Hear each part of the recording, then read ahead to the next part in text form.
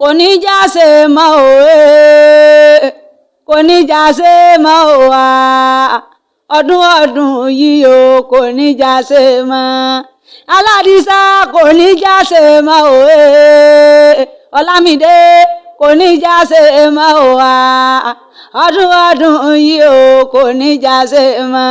wọ́n lọ́dún yìí o kò ní já ṣe mọ́.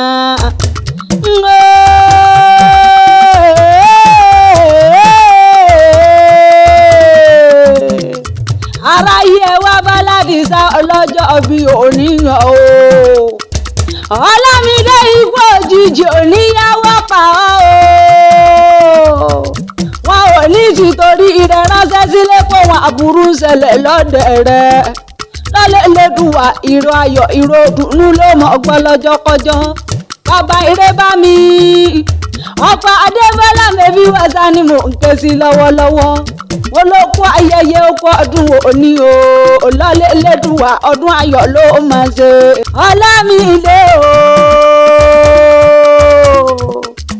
orí aya rẹ̀ adébọ́lá lónìí máa ké sí ọ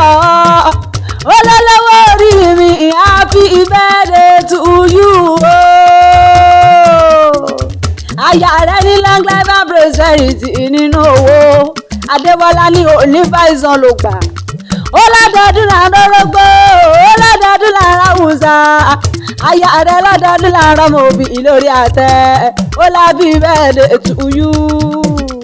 ó wá ní nílé bàbá tó bí ọlọ́mọ òun sá ní ṣẹlẹ̀ bàbá tó bí ọlọ́mọ Aládìsá o bẹ́bí wọ́n sá ní mò ń ké sí lọ́wọ́lọ́wọ́ ẹni bẹ́ẹ̀ tí rẹ̀ bá ń já ọmọ mi kan Ọláwùmí Àgbẹ̀wì ní kúkú ń ké sí ọ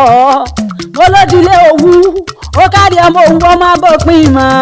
òwú ó ṣe kàbẹ́ ni wọ́n níyan ro àwí mẹ́nu kúrò ń tòwú nílé ọmọ baládé níjọ òdùrú nílé ọmọ abọ́pin mọ́ òwú lákàtí òwú gbòǹgbò Àdìsá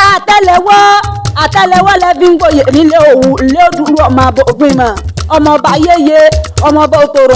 òtòròpò ó jẹ nífà àwọn tó fọ ọmọ àmọ òtòǹkòrò àwọn tó mọ máa fojú rẹ lọ ọmọ ìyá òtòǹkòrò yóò sì máa fò òtòǹkòrò pé ṣubú ńlẹ lúlò òtòǹkòrò ní onímẹsà ẹni ṣubú gbé Ọlámídé mẹbí wọn sani mò ń ké sí lọ́wọ́lọ́wọ́ o Ọláwùmí okòrè sí ọmọ wòyí rà ní ké pàtàn òun lákàtí òun gbòǹgbò ó kárí ọmọ bọ orí kọ bí òjé Àdìsá mo lọ sí sọdún èyí náà ò nífẹ̀ẹ́ yìí ṣàṣemọ́ lọ́lẹ́lẹ́dùwà ìpè àbúrò oníjẹ̀tìyẹ àrùn rọpárọsẹ̀ tí ń bá fẹ́fẹ́ kiri onítọ̀ wa. Happy birthday to you.